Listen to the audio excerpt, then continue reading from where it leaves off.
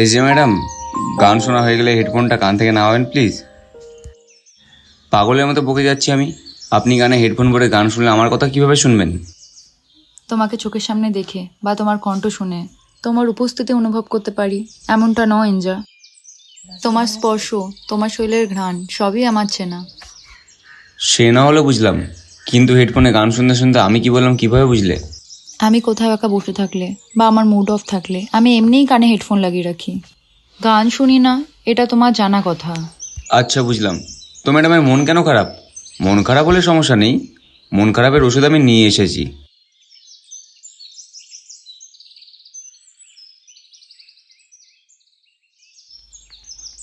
সবসময় এসব ভালো লাগে না ইঞ্জা, কতদিন আর এভাবে চলবে? আমাদের সম্পর্কটা কি শুধু লুকিয়ে পার্কে দেখা করা পর্যন্ত সীমাবদ্ধ থাকবে? আমাদের সম্পর্কের কোনো ভবিষ্যৎ ভেবে দেখেছো কখনো?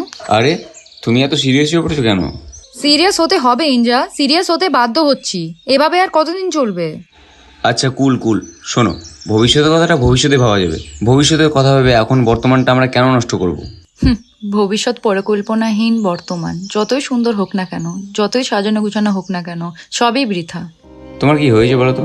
আজ এত সিরিয়াস হয়ে পড়েছো কেন তুমি? আমি আমার বর্তমানটা তোমার সাথে কাটাই ভবিষ্যতে তোমাকে সাথে পাওয়ার, পাশে পাওয়ার স্বপ্ন নিয়ে। আমি কি তোমায় নিয়ে স্বপ্ন দেখি না? আমিও তোমার নিয়ে স্বপ্ন দেখি, কিন্তু তাই বলে কি বর্তমানটা এনজয় করবো না? তুমি কোনো চিন্তা করো না, আমি তোমার পাশে সবসময় আসি। এরকম পাশে থাকা আমার চাই না ইঞ্জা, আমি তো সারা জীবন তোমাকে পাশে রাখতে চাই। সারা জীবন আমি তোমার পাশেই থাকবো।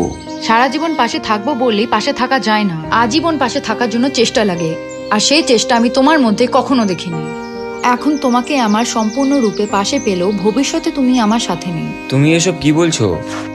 আমি সবসময় তোমাকে নিয়ে স্বপ্ন দেখতাম, তোমাকে নিয়ে আমার একটা ছোট্ট সংসার হবে, তুমি পুরোটাই আমার হবে, কিন্তু বাস্তবতাটা একদমই ভিন্ন।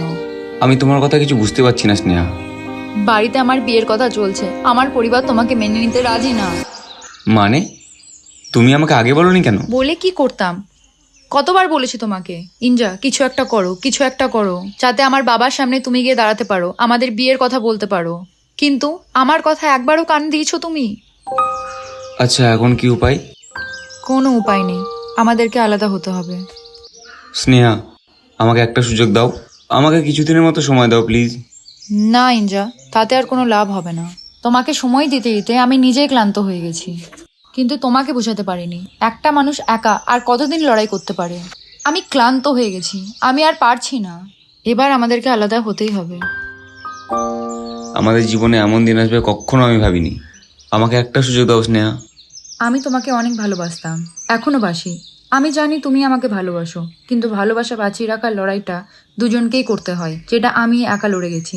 ভালোবাসা বাঁচানোর লড়াইয়ে তোমাকে কোনোদিনই পাশে পাইনি। আমি এখন আসি, ভালো থেকো তুমি। স্নেহা একটু দাঁড়াও প্লিজ।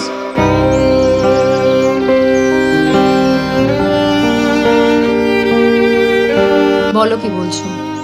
আমার ভুল হয়ে গেছে স্নেহা, প্লিজ আমাকে ক্ষমা করে দাও। তুমি আমার কথাটা একটু বোঝার চেষ্টা করো প্লিজ। আমি এতদিন বুঝিনি এমনটা হতে পারে। এখন বুঝে কি হবে? যখন বোঝার দরকার ছিল তখন তো বুঝোনি। এখন বুঝে আর কোনো লাভ নেই, আমার রাস্তা ছাড়ো। ফিউচার, ক্যারিয়ার এসব নিয়ে ভাবলে আমার মাথা ঠিক থাকে না।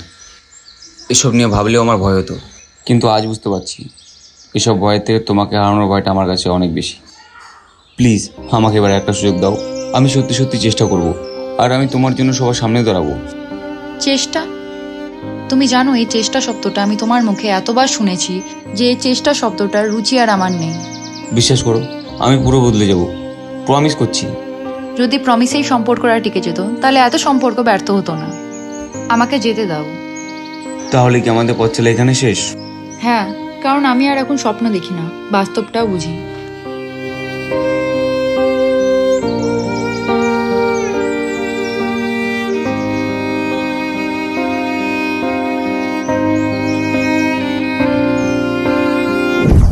এই দেখো না, আমরা বিয়ের পর এখানেই ঘুরতে যাব।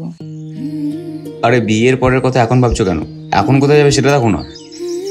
আচ্ছা, তোদের কি আমার সামনে এসব আলোচনাগুলো করতে হয়? কেন রে? তোদের সঙ্গে তো আমি থাকি, তোদের ফিউচার প্ল্যানগুলো শুনে আমার কষ্ট হয়। তোরা বুঝিস না আমি একা মানুষ। আর ফিউচার প্ল্যান? কিছুই তো জানি না ফিউচারে কি হবে, শুধু ভেবেই যাচ্ছি আর স্বপ্ন দেখেই যাচ্ছি। তুমি আবার সব বিষয়ে এত সিরিয়াস হয়ে যাও কেন? সিরিয়াস তো আমিই আছি, তাই সব বিষয়ে সিরিয়াস আমিই হই। ধুর, ওসব ছাড়ো। আচ্ছা এটা বলো, তোমার কি আমার প্রতি কখনো দূরত্ব বাড়তে পারে? তোর পাগল, তুমি কেমন সেটা আমি জানি। আমি কখনো তোমাকে ছেড়েও যাব না, আর দূরত্ব হতেও দিব না, কথা দিলাম। কথা দিয়েছিলে কখনো ছেড়ে যাবে না, কিন্তু আজকে সেটাই হলো। আজকে তুমি আমার থেকে দূরে সরে যাচ্ছ। হয়তো ভুলটা আমারই, কিন্তু তুমি বলেছিলে কখনো দূরত্ব হতে দেবে না।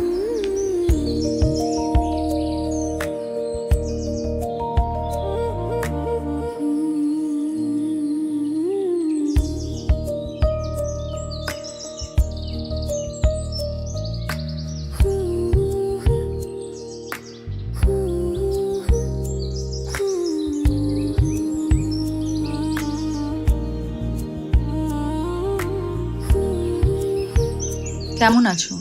হ্যাঁ, ভালো আছি। আচ্ছা, এখনও কি কানে হেডফোন গুঁজে রাখো নাকি গানও শোনো? কিছু অভ্যেস আজীবন কাল থেকে যায়।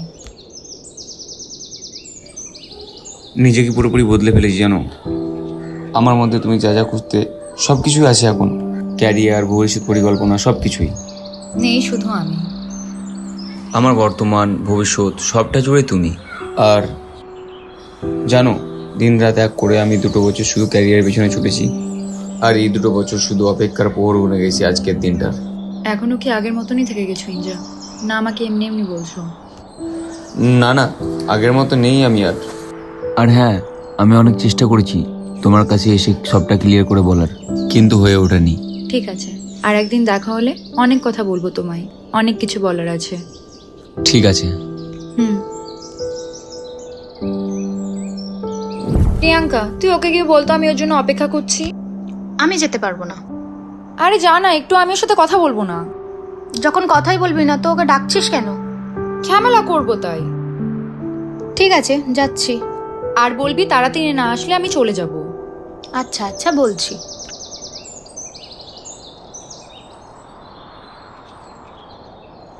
কিরে ইঞ্জা, তোর জন্য যে কখন ধরে স্নেহা অপেক্ষা করছে? কেন, আমি কি বলেছি নাকি অপেক্ষা করতে?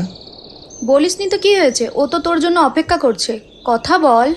আমি ওর উপর রাগ করেছি, ও যদি খুব তাড়া থাকে চলে যেতে বল। ঠিক আছে, তাই বলছি।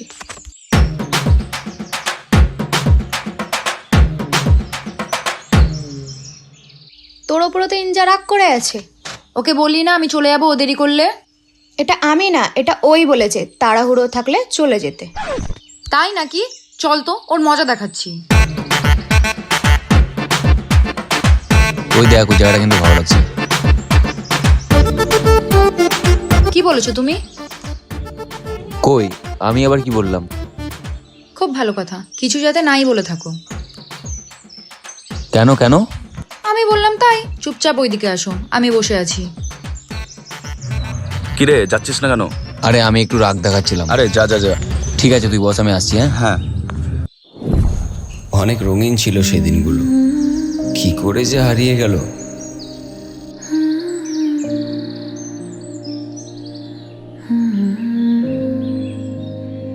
তুমি কি এখানে ঘুরে বেড়াও নাকি?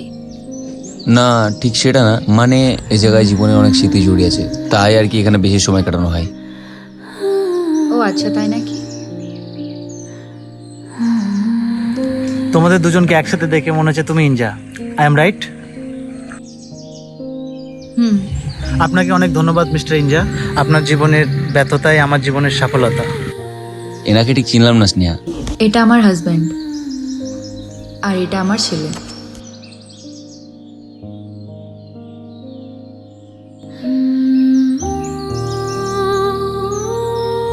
ভেবেছিলাম সে আমার অপেক্ষায় থাকবে, কিন্তু আজ তার পাশে অন্য একজনকে হাঁটতে দেখেও অবাক হচ্ছি না।